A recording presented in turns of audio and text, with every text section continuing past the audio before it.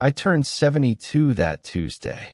It wasn't a milestone anyone cared about, at least not in my family. No party, no calls. My phone sat silent on the coffee table while the clock ticked louder than usual. My late wife, Ellen, used to say the quiet was peaceful. But that day, the quiet had a weight to it. It pressed on my chest and made the air feel like molasses. Around 2 p.m., a knock came at the door. Not from my daughter, Lana, no. It was the courier guy. Just a brown box. No smile. No words. He handed it over and walked off. The label was typed, printed, not handwritten. Not a love, Lana. Not even Dad scrawled in a hurry. Just my name and address. I opened it slowly, half expecting it to be some advertisement trick. But inside was a sleek black box with a gold ribbon, chocolates. Imported ones, fancy. The kind Ellen used to pick for Christmas, back when we were a family. I stared at the shiny lid and waited for something. A note? A card? A sign that this wasn't just guilt wrapped in sugar? But there was nothing. Just chocolates. I hadn't heard from Lana in almost 2 years, not really. A few cold texts, mostly when she needed something. Ever since the inheritance went sideways after Ellen passed, she drifted farther. Accused me of manipulating the will, even though Ellen and I had built that home together. But Lana wanted it all. She said things I won't repeat. Things that broke something in me I didn't even know could break at my age. And now, out of nowhere, a birthday box? Before we dive into the story, we'll love to thank you for your continued support to this channel. If you enjoy this story and stories like this, kindly subscribe and hit on the notification button so you don't miss any of our stories. We will love to hear from you. Tell us where you're watching from in the comments section. We'll love to give you a shout out in our next video. Now let's begin. I don't know what made me pause. Maybe it was instinct, or maybe I've just lived long enough to know when something doesn't feel right. The chocolates were sealed, untouched, but my hands didn't want them. I set them aside and stared at the ribbon for a while, thinking of all the birthdays I spent driving her to dance classes or sneaking cupcakes into her room after bedtime. Now all I had was a box with no soul behind it. Later that evening, Noah came by, Lana's son. Just 10 years old, but sharp as a tack, with his father's quiet charm. He knocked gently, clutching a little drawing of a robot and me under a Happy Birthday Grandpa banner. That one piece of paper did more for me than the chocolates ever could. I smiled for the first time that day. We sat together, watching a rerun of some old cartoon he liked, and he kept glancing at the chocolate box on the table. "Can I have one, Grandpa?" he asked. His eyes sparkled, completely innocent. I hesitated. The thought came fast, don't. But then I shook it off. What was I thinking? It's just candy. Maybe I was being paranoid. I peeled back the wrapper, slid out the tray, and let him pick one. He took a round one with a caramel top, popped it into his mouth, and grinned. "They're really good," he mumbled. That night, around 11 p.m., I got a call from his father, Lana's ex-husband. Noah was vomiting. Couldn't stop. He'd been rushed to the emergency room. They thought it might be food poisoning. My hands went cold. I hadn't eaten anything strange. Just tea and toast. The chocolates. My mind screamed it, but my lips stayed shut. I sat alone in the dark, staring at the half-eaten tray. I picked up the box, flipped it over, and inspected it like a detective. And there, in tiny print, was a best before date from 6 months ago. The batch number was smudged. No ingredients list. No brand. My stomach turned, but it wasn't from anything I ate. That wasn't just a careless birthday gift. That was deliberate. And what Lana didn't know was that I had kept everything. Every letter. every voice message, every document, including the one she thought she destroyed all those years ago. The hospital's fluorescent lights buzzed over my head like angry bees as I stepped into the pediatric ward. Noah lay curled under a thin blanket, a pale ghost of his usual self. His father, Adam, sat by the bedside, rubbing his hands together like he was trying to wash off the fear. He looked up when I entered, not with suspicion, not yet, but with quiet desperation. They said it was some kind of chemical irritant, he whispered. Not food poisoning. It was in the chocolate. Something unapproved. Toxic in high doses. I didn't say anything. I just nodded and looked at my grandson, then down at my own hands. Hands that had given him that chocolate.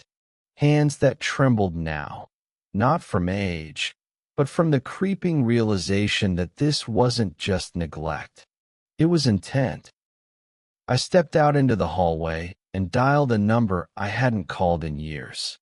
Back when Ellen was still alive, I had a lawyer, not the kind that shows up for parking tickets, but the kind who handled our estate plans, property deeds, and sensitive documents. He picked up after the second ring. I need access to the vault, I said. Everything from the original will and all communication Lana sent after Ellen's passing. There was silence, then a sigh. I still have it, Mr. Grant. I'll make a copy. I hadn't looked at those documents since Ellen passed, mainly because I knew they'd hurt.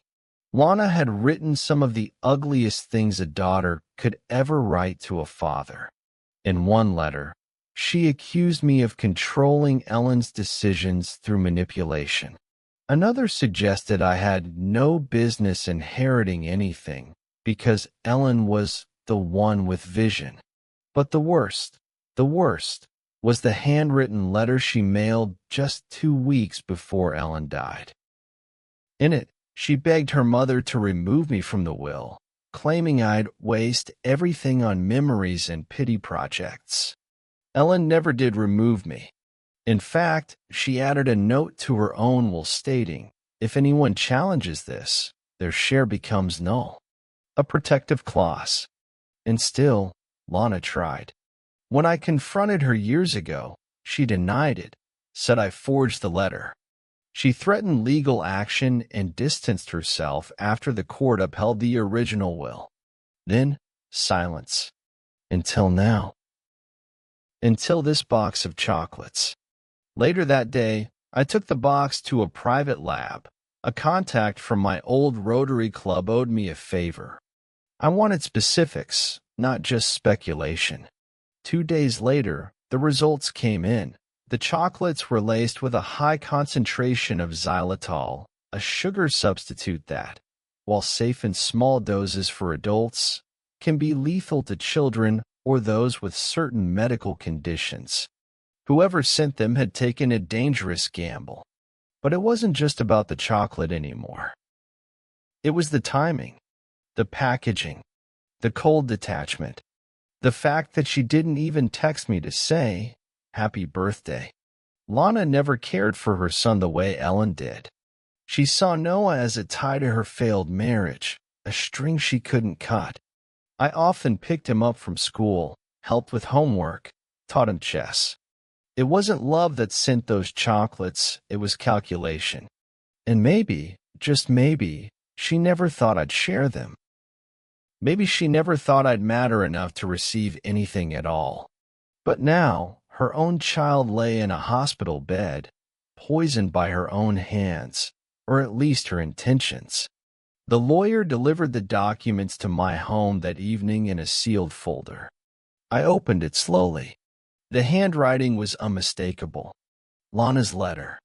The one she swore never existed. Then, another envelope caught my eye. It was Ellen's, labeled for Michael, only if necessary. Inside was a single page, handwritten. If you're reading this, it means things have gone the way I feared. Our daughter has changed, Michael.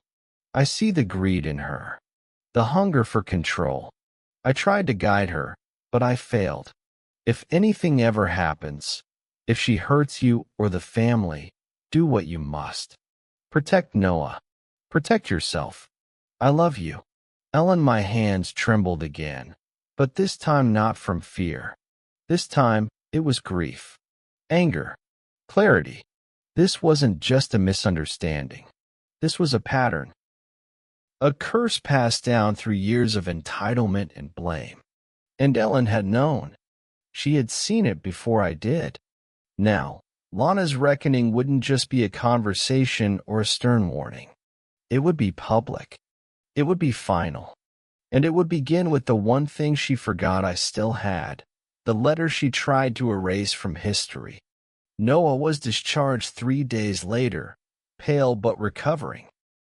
His little arms wrapped around me as I picked him up from the hospital, and when he looked up at me with those trusting eyes, I knew this had gone far enough. I had held my tongue for years. I had made excuses for Lana's distance, for her coldness, for her sudden venom after Ellen passed. I had accepted being treated like a relic of the past. But now, after what nearly happened to Noah, I couldn't just forgive and forget. I waited until Sunday. The entire family was gathering for my belated birthday lunch, a reluctant suggestion made by Lana, likely out of guilt or pressure from her ex-husband. I said yes, knowing full well what I was going to do. I walked into the restaurant holding an envelope in my coat pocket, wearing a calmness that didn't match the storm I carried. The room buzzed with laughter and polite chatter. Lana was seated at the far end of the long table, pretending to scroll through her phone, wearing a mask of indifference. She barely looked up when I arrived, but I caught how her eyes darted briefly to the seat beside me, where Noah was supposed to sit. He wasn't coming. I had asked Adam to keep him home. I stood behind my chair, and instead of sitting, I tapped my fork gently against my glass. The room fell silent. Eyes turned toward me, some curious, some confused. I want to thank you all for coming, I began. Birthdays are funny. They remind you not just of the years you've lived, but of what and who you've survived. Lana shifted in her seat, a subtle discomfort curling into her expression. I received a gift this year. A box of chocolates. From my daughter. A few guests chuckled lightly. She smiled too, but it was forced. What most of you don't know is that I didn't eat them. I gave them to Noah, and he ended up in the hospital. The air thickened. Jaws tightened. A few gasps were audible. They were laced with xylitol, a substance dangerous in high quantities to children. There was no note. No message. Just the chocolates. Lana stood, her voice cracking. What are you implying? I'm not implying anything, I said coolly, reaching into my pocket. I'm stating facts. I laid the letter on the table. The one she wrote to Ellen. The one she had begged her mother to keep hidden. Her signature was clear. Her words unmistakable. And I had copies of the lab results.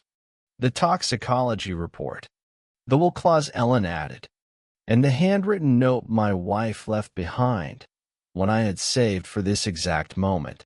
This is the letter you wrote to your dying mother, asking her to cut me out of the will. You denied it ever existed. You told everyone I was the manipulative one, but she kept it, and so did I. The room froze. Lana's face went white, then red. Then somewhere in between. You can say this is all a coincidence, but when your own son ends up poisoned by a gift you sent, it's hard not to see the pattern. She looked around for support, but the room had shifted.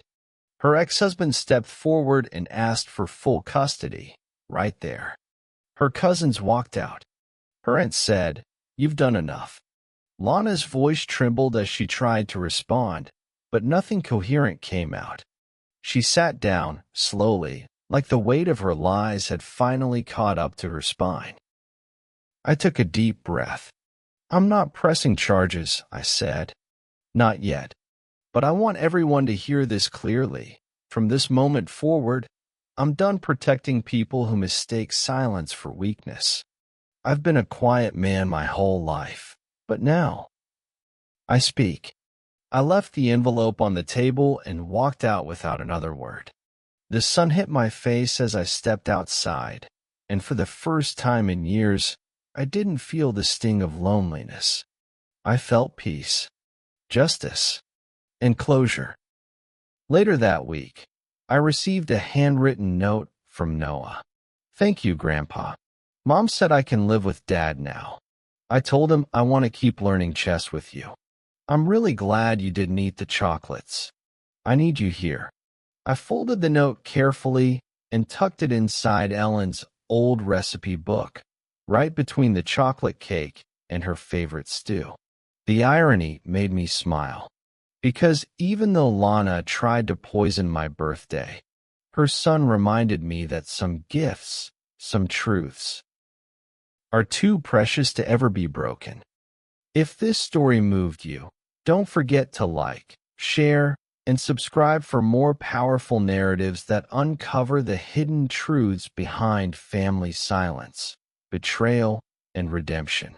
Every story we tell is a reminder that sometimes the quietest voices carry the loudest truths, and justice always finds a way.